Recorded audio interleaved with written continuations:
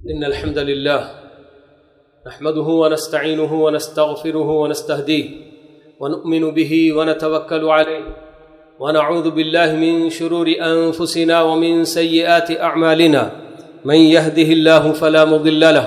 ومن يضلله فلا هادي له وأشهد أن لا إله إلا الله وحده لا شريك له وأشهد أن نبينا محمدا عبده ورسوله أما بعد فإن خير الحديث كتاب الله وخير الهدي هدي محمد صلى الله عليه وسلم وشر الأمور محدثاتها وكل محدثة بدعة وكل بدعة ضلالة وكل ضلالة في النار فأعوذ بالله من الشيطان الرجيم يا أيها الذين آمنوا اتقوا الله حق تقاته ولا تموتن إلا وأنتم مسلمون بسم الله الرحمن الرحيم يا أيها الناس اتقوا ربكم الذي خلقكم من نفس واحدة وخلق منها زوجها وبث منهما رجالا كثيرا ونساء واتقوا الله الذي تساءلون به والأرحام إن الله كان عليكم رقيبا أعوذ بالله من الشيطان الرجيم يا أيها الذين آمنوا اتقوا الله وقولوا قولا سديدا يصلح لكم أعمالكم ويغفر لكم ذنوبكم ومن يطع الله ورسوله فقد فاز فوزا عظيما معزز حاضرین جمعہ، ہم لوگ ہماری اپنی زندگی کے سب سے بہترین ایام سے گزر رہے ہیں۔ ذی الحجہ کے شروع کے 10 دن یہ ایک ایک انسان کی زندگی کے سب سے بابرکت دن ہوتے ہیں۔ پیارے رسول صلی اللہ علیہ وسلم نے یہ خبر دی امت کو کہ ان دنوں میں جو نیک عمل کیا جاتا ہے تو اللہ رب العالمین کے نزدیک بے تحاشا محبوب ہوتا ہے۔ ویسے تو ہر نیک عمل جب بھی کیا جائے اللہ تعالیٰ کو بہت محبوب ہوتا ہے، مگر خصوصیت کے ساتھ ان 10 دنوں میں جو بھی نیک عمل کیا جائے کسی بھی طرح کا، چاہے وہ نمازوں کا اہتمام ہو، روزوں کا اہتمام ہو، صدقات اور خیرات کا ہو، تلاوت کلام پاک کا ہو، ذکر و اذکار کا ہو، ہر طرح کے نیک اعمال میں ہمیں بڑھ چڑھ کر ان 10 دنوں میں بھی حصہ لینا چاہیے۔ عام طور پر یہی دیکھا جاتا ہے کہ لوگ رمضان کے مہینے میں بہت اہتمام کرتے ہوئے نظر آتے ہیں، مگر ذی الحجہ کے شروع کے ان 10 دنوں کی فضیلت رمضان کے ایام سے بھی بڑھ کر ہے، رمضان سے بھی بڑھ کر اس کی کیا ہے فضیلت بیان کی گئی ہے۔ تو ان 10 دنوں کا اہتمام کرتے ہوئے بہت کم لوگ نظر آتے ہیں۔ راتوں کے حساب سے رمضان کی آخری 10 راتیں بہت زیادہ افضل ہیں۔ سال بھر کی تمام راتوں میں وہ رمضان کی آخری 10 راتیں افضل ہیں، اور سال بھر کے دنوں کے اعتبار سے ذی الحجہ کے شروع کے 10 دن سب سے افضل ترین دن ہیں۔ تو ہم نے اب تک اگر کوتاہی بھی کی ہے تو ابھی بھی ہمارے پاس الحمدللہ موقع باقی ہے، تو جس قدر ہمیں اسے غنیمت جانے ہمارے لیے بہتر ہے۔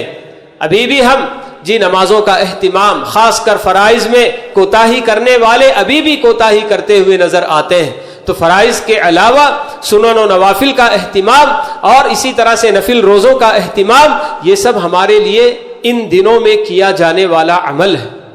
ایک مسلمان مرد ہو کہ عورت، سب کو ان سب باتوں کا بہت زیادہ خیال رکھنا چاہیے۔ حضرات،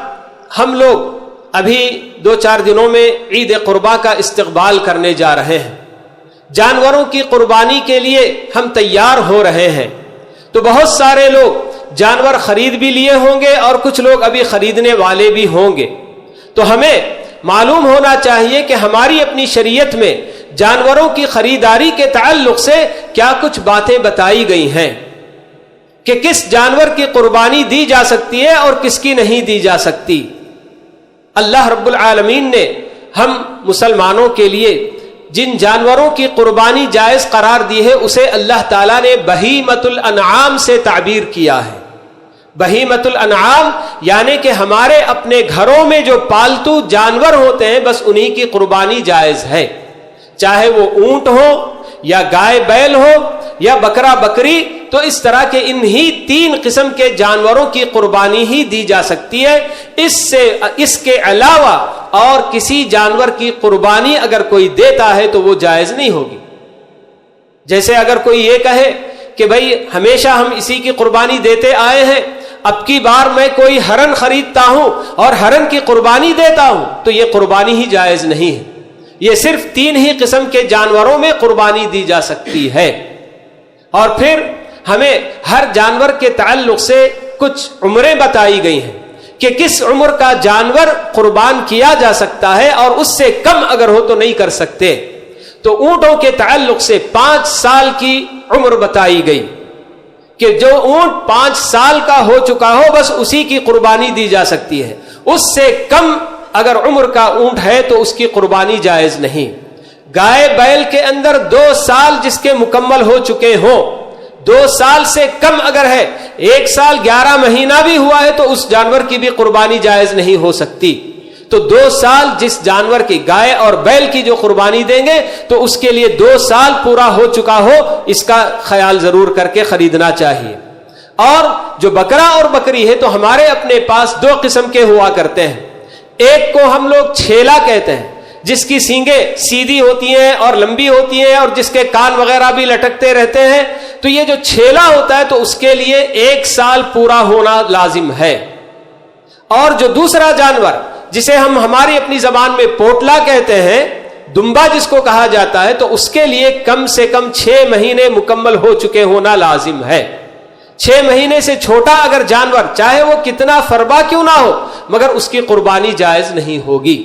تو یہ جانوروں کے تعلق سے ہمیں ان کی عمریں بتائی گئی ہیں کہ اس عمر کا جانور ہی قربانی میں دے سکتے ہیں، اور اس سے کم عمر کا جانور اگر قربانی بھی دیں گے تو قربانی نہیں ہوگی. پھر اس کے بعد ہماری اپنی شریعت میں جانوروں کے اندر کچھ عیوب بتائے گئے ہیں، کچھ خامیاں بتائی گئی ہیں. اللہ کے رسول صلی اللہ علیہ وسلم نے 4 قسم کے عیب بتائے کہ ان میں سے کوئی ایک عیب بھی اگر جانور میں پایا جائے تو اس جانور کی قربانی بھی جائز نہیں ہے. وہ 4 عیب، اس میں سے ایک آپ نے فرمایا کہ جانور لنگڑا نہ ہو. جب جانور لنگڑا نہیں ہونا تو پھر جس جانور کا پیر ہی ٹوٹ گیا ہو تو اس کی بھی قربانی بدرجے اولا جائز نہیں ہو سکتی. تو لنگڑا جانور، اس کی قربانی جائز نہیں. اور دوسرا عیب آپ نے بتایا کہ کانا جانور، جس جانور کی آنکھوں میں کانا پن ہو، ہمیں لگتا ہے کہ وہ سیدھی طرف دیکھ رہا ہے جبکہ وہ لیفٹ میں دیکھ رہا ہے، رائٹ میں دیکھنے والا. جیسے کہ انسانوں میں بھی ایسے ہوتے ہیں. بہرحال اللہ تعالیٰ کی اپنی تخلیق ہوتی ہے کہ کسی کو اس طرح سے آنکھوں میں اس کی بھینگا پن جس کو کہا جاتا ہے، کانا ہمارے پاس کہتے ہیں. تو جانور کانا بھی نہیں ہونا چاہیے. اور جب جانور کانا نہیں ہوگا تو پھر جو جانور اندھا ہو بدرجہ اولا اس کی قربانی جائز نہیں ہو سکتی. تیسرا عیب آپ نے بتایا کہ جانور بیمار نہ ہو، جس کی بیماری بالکل واضح ہو، دیکھتے ہی ہم پتہ چلا لیں کہ ہاں یہ جانور بیمار ہے. تو ایسا بالکل جس کی بیماری واضح ہو تو ایسے جانور کی قربانی بھی جائز نہیں. اور چوتھا عیب آپ نے بتایا کہ انتہائی مریل قسم کا جانور، بہت ہی بالکل کہ دبلا پتلا، جس کی ہڈیوں میں کوئی گودا نہیں ہوتا. آپ نے یہ بات بتائی کہ ایسا جانور جو بالکل بھی مریل ہو چکا ہو، جس کی ہڈیوں میں کوئی مغز نہ ہو، کوئی گودا نہ ہو، تو ایسے جانور کی قربانی بھی نہیں کرنی چاہیے. تو یہ 4 قسم کے عیب ایسے ہیں کہ ان میں سے کوئی عیب اگر جانور میں پایا گیا تو اس کی قربانی جائز نہیں. ان کے علاوہ بھی حتی الامکان جانور ہر قسم کے عیب سے بالکل پاک ہو، یہی سب سے افضل ہے، بہتر ہے. لیکن کبھی کبھی ایسا ہوتا ہے کہ جانور بڑا عمدہ جانور ہوتا ہے، قیمتی بھی ہوتا ہے، مگر اس کے کان میں کوئی سوراخ ہو گیا، یا تھوڑا سا کان کٹ گیا، یا دم تھوڑی سی کٹ گئی، یا سینگ تھوڑا سا ٹوٹ گیا. اس طرح کے عیب پائے جاتے ہیں. تو اس طرح کے عیبوں کے ساتھ اگر جانور کی قربانی دی بھی گئی تو وہ بالکل درست ہے، کوئی حرج کی بات نہیں ہے. لیکن وہ 4 عیب جن کو اللہ کے رسول صلی اللہ علیہ وسلم نے خاص کر کے بتایا کہ ان میں سے کوئی عیب جانور میں نہیں ہونا چاہیے. تو یہ ہمارے لیے جانوروں کے تعلق سے باتیں بتائی گئیں کہ عمروں کے تعلق سے بھی بتایا گیا، اور وہ ان 4 عیوب سے بالکل صحیح سالم ہونا چاہیے یہ بھی ہم کو بتایا گیا۔ تو ان دنوں میں جانوروں کی قربانی کرنا یہی اسلام کا ایک اہم شعار ہے۔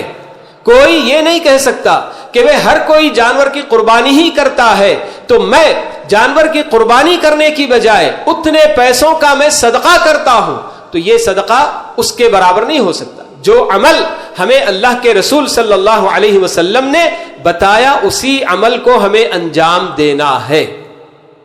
تو یہ سب ہمیں معلومات حاصل کرنے کی ضرورت ہے۔ اور جانوروں کے تعلق سے ہمیں یہ بھی بات بتائی گئی کہ جو بکرا یا بکری جس کی ہم قربانی کریں گے تو وہ ایک آدمی اور اس کے گھر والوں کی طرف سے کافی ہو جائے گا۔ گھر میں اگر 4-5 افراد میاں بیوی اور ان کے 2-3 بچے ہیں تو آدمی اگر ایک بکرا قربانی کرے گا تو وہ اس کے اپنے سارے گھر والوں کی طرف سے کافی ہے۔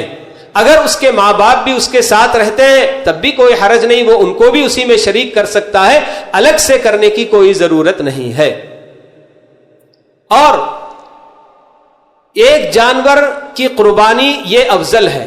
لیکن اگر کسی کے پاس استطاعت نہیں ہے کہ وہ ایک مکمل جانور کی قربانی نہیں دے سکتا تو ہمیں شریعت نے اتنی بھی گنجائش دی ہے کہ اونٹ یا پھر گائے جیسے بڑے جانوروں میں 7 حصے رکھے گئے ہیں کہ ایک حصہ ایک فیملی کے لیے کافی ہو جائے گا۔ اگر آدمی مکمل ایک بکرا قربانی دینے کی استطاعت نہیں رکھتا ہے تو ایسی صورت میں اگر وہ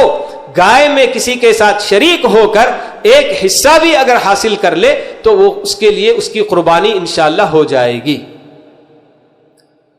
قربانی کے لیے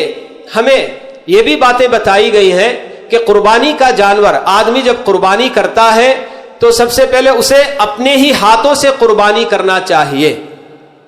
آدمی اپنا جانور اپنے ہاتھ سے قربان کرے تو یہ زیادہ بہتر ہے۔ وہ اپنے ہاتھ سے کرے یا اپنے بچوں کے ہاتھ سے کرائے، چھوٹا بچہ بھی قربانی کرے تو بالکل جائز ہے، حتیٰ کہ عورت بھی اگر قربانی کرے تو کوئی حرج کی بات نہیں، بالکل جائز ہے، قربانی ہو جائے گی۔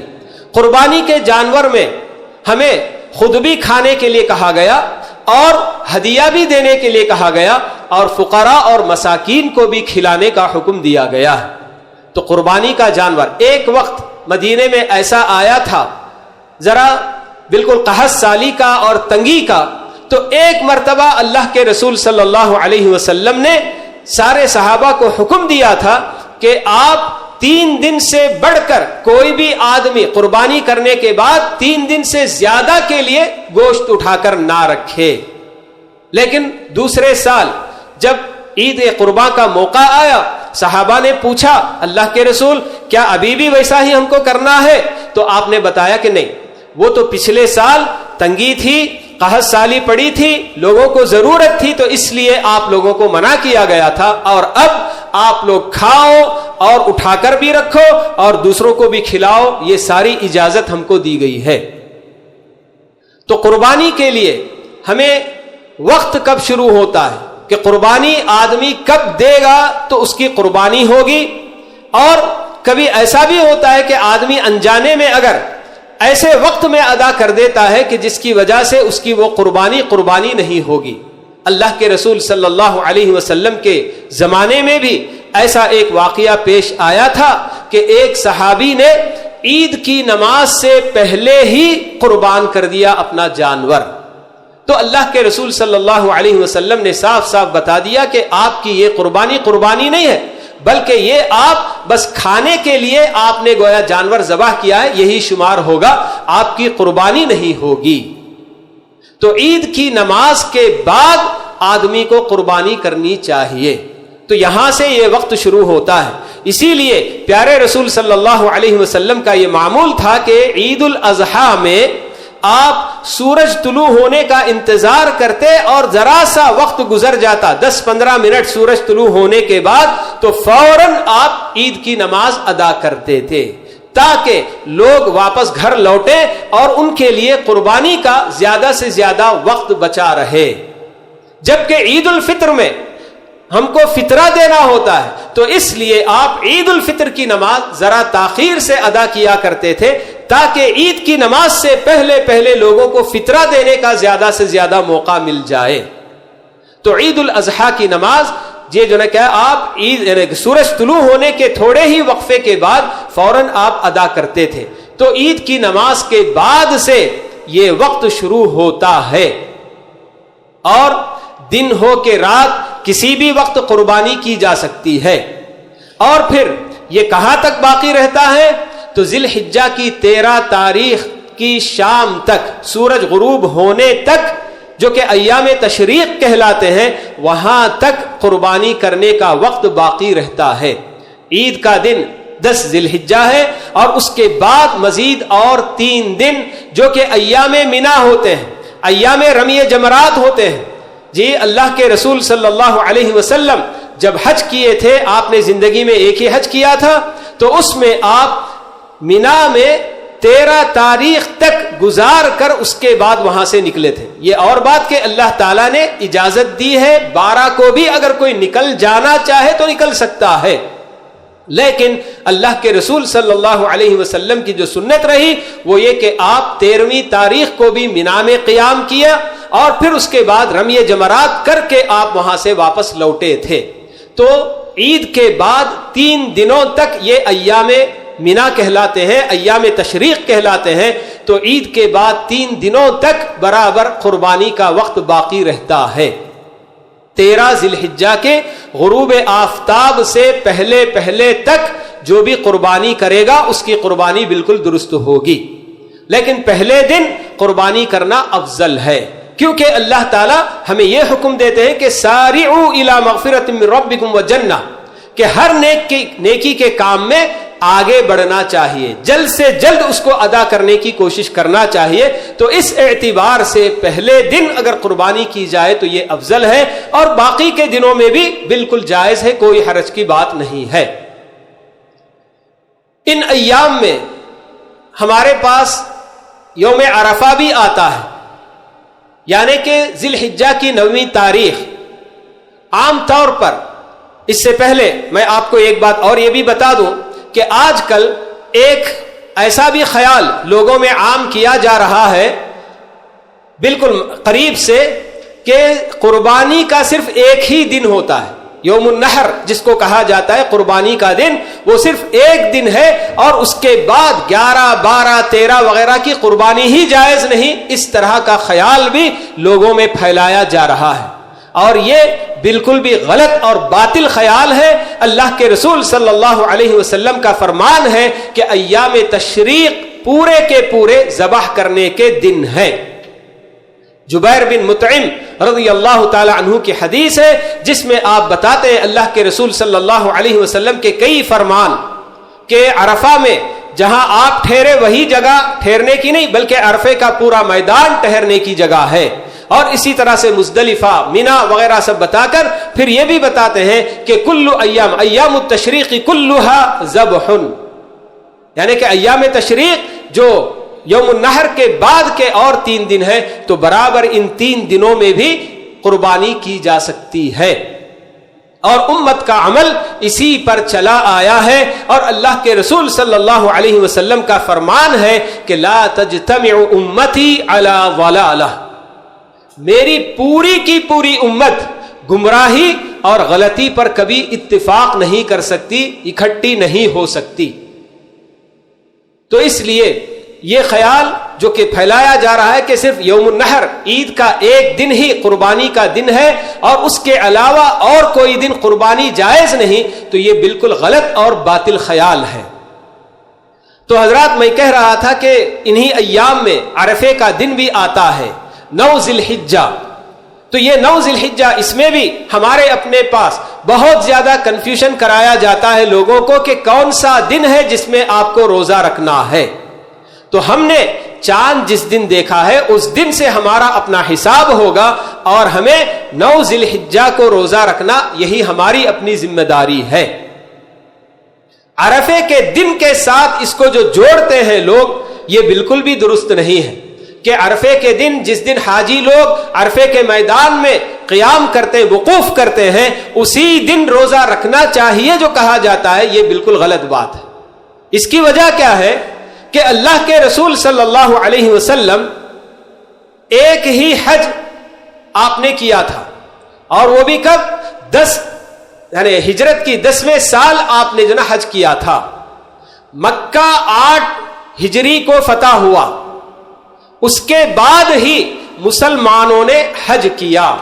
سب سے پہلا حج جو مسلمانوں نے کیا وہ حضرت ابو بکر اور حضرت علی کی امارت میں، ان دونوں کو امیر بنا کر اللہ کے رسول صلی اللہ علیہ وسلم نے مسلمانوں کو حج کرنے کے لیے بھیجا تھا۔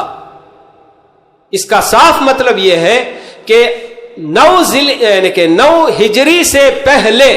مسلمانوں نے کبھی کوئی حج نہیں کیا اور وقوف عرفہ نہیں کیا، جبکہ اللہ کے رسول صلی اللہ علیہ وسلم مدینے میں عرفے کا روزہ خود بھی رکھتے تھے اور لوگوں کو بھی رکھنے کا حکم دیتے تھے، اور اس کی فضیلت آپ نے بتائی کہ مجھے اللہ تعالیٰ سے امید ہے کہ اللہ تعالیٰ اس ایک روزے کے بدلے 2 سال کے گناہ معاف کر دے گا، ایک گزرے ہوئے سال کے اور ایک آنے والے سال کے، بلکہ آپ نے بتایا۔ تو یہ روزہ آپ حج شروع ہونے سے پہلے ہی سے برابر رکھتے آئے ہیں، تو پھر وقوف عرفہ جب نہیں ہوتا تھا اس کے باوجود آپ وہی 9 تاریخ کو روزہ رکھتے تھے، تو مطلب یہ کہ یہ اس دن کے ساتھ نہیں جس دن حاجی لوگ عرفے میں وقوف کرتے ہیں، بلکہ اس کا تعلق وہی تاریخ سے ہی ہے، 9 تاریخ سے۔ تو ہم جس دن چاند دیکھیں اور وہاں سے ہماری جو 9 تاریخ آئے گی اسی تاریخ کو ہمیں روزہ رکھنا چاہیے۔ اور اسی طرح سے ان ایام میں ہمیں کثرت سے تکبیرات اور جو ہے دیگر اور بھی تسبیحات وغیرہ جو ہے بیان کرنے کا حکم دیا گیا ہے۔ یہ ایام جی بڑے ہی مبارک ایام ہیں، تو ذکر و اذکار میں بہت آگے بڑھ کر ہمیں کام کرنا چاہیے، لیکن خصوصیت کے ساتھ 9 ذی الحجہ سے لے کر 13 ذی الحجہ کے عصر تک، یعنی غروب آفتاب سے پہلے تک تکبیرات کا بہت زیادہ اہتمام کرنے کی ضرورت ہے۔ مگر یہاں ایک بات میں یہ بتا دوں کہ اکثر لوگ یہ سمجھتے ہیں ان تکبیرات کے تعلق سے کہ یہ صرف فرض نمازوں کے بعد بولنے والی چیز ہے، اور امام صاحب جتنی بار بولتے ہیں اتنا بول کر خاموش ہو جانا چاہیے۔ یہ بہت بڑا غلط خیال ہے اور یہ بہت بڑی غلط فہمی ہے۔ تکبیرات کو وہ بس فرض نمازوں کے بعد یاد دہانی کے لیے امام صاحب بلند آواز سے کر دیتے ہیں تاکہ آپ اس کے بعد اس کو جاری رکھیں سلسلہ ملک، اور یہ صرف فرائض کے بعد ہی بول کر ختم کرنے والی چیز نہیں، بلکہ آدمی کو جب جب یاد آ جائے، فرض نماز کے بعد بھی چلیے امام صاحب نے 1 مرتبہ یا 3 مرتبہ بلند آواز سے آپ کو یاد دلانے کے لیے تکبیریں پڑھ لی، مگر اتنا ہی کافی نہیں، بلکہ اس میں آپ چاہیں تو 100 مرتبہ بیٹھے بیٹھے پڑھیے، کوئی حرج کی بات نہیں۔ جتنا زیادہ آپ پڑھیں گے اتنا زیادہ آپ کے کھاتے میں اجر و ثواب لکھا جائے گا۔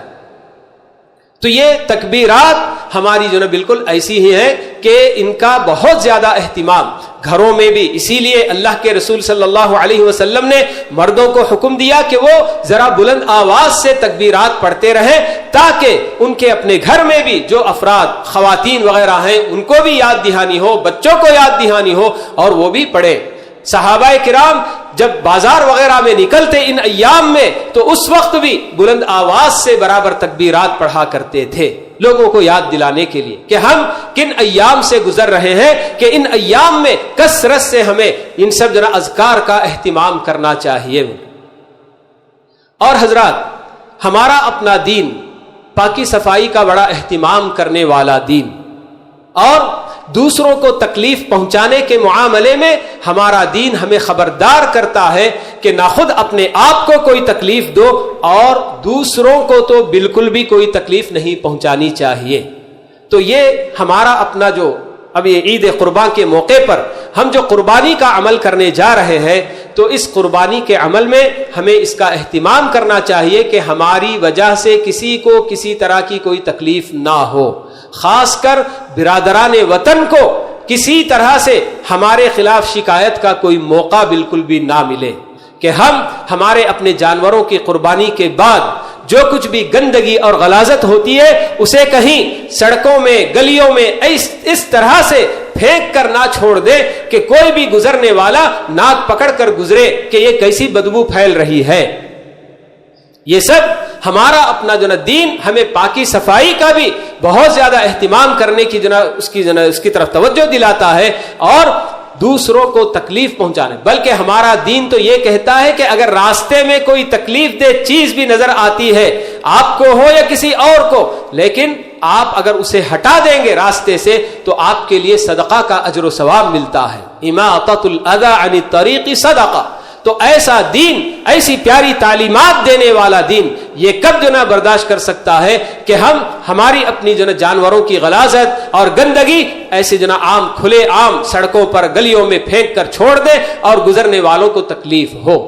تو اس لیے ہمیں ان تمام باتوں کا ہماری اپنی عید میں خاص خیال رکھنا چاہیے۔ اور آج کل ہمارے اپنے دور میں یہ جو ترقی یافتہ دور ہے تو اس میں عبادتوں کا بھی بہت برا حال ہو چکا ہے، خاص کر یہ عبادت جو قربانی ایک اہم عبادت ہے، اور اس عبادت کی ادائیگی میں بھی لوگ آج کل فخر کرنے لگ گئے ہیں کہ میں نے اتنے 1000 کا جانور خریدا، میرا جانور اتنے 1000 کا ہے، اور پھر یہ بھی بالکل بات بہت عام ہوتی جاتی ہے کہ ہر کوئی اپنے جانور کی قربانی کرتے ہوئے ویڈیو لینا اور پھر اسے سرکولیٹ کرنا، بالکل فارورڈ کرتے رہنا گروپوں میں۔ تو یہ سب کام بالکل ہمیں کرنا نہیں چاہیے میرے بھائی۔ یہ سب ایک عبادت ہے، اور اللہ رب العالمین کے لیے کی جانے والی عبادت میں اس طرح کی غلطیاں بالکل بھی ہم کو نہیں کرنی چاہیے۔ تو اللہ تعالیٰ سے دعا ہے کہ اللہ رب العالمین ہمیں ہمارے اپنے دین کی تعلیمات کو جاننے، سمجھنے اور ان پر عمل کرنے کی اللہ تعالیٰ توفیق نصیب فرمائے۔ اقول قولی ھذا واستغفر اللہ لی ولکم ولسائر المسلمین من کل ذنب فاستغفروہ انہ ھو الغفور الرحیم۔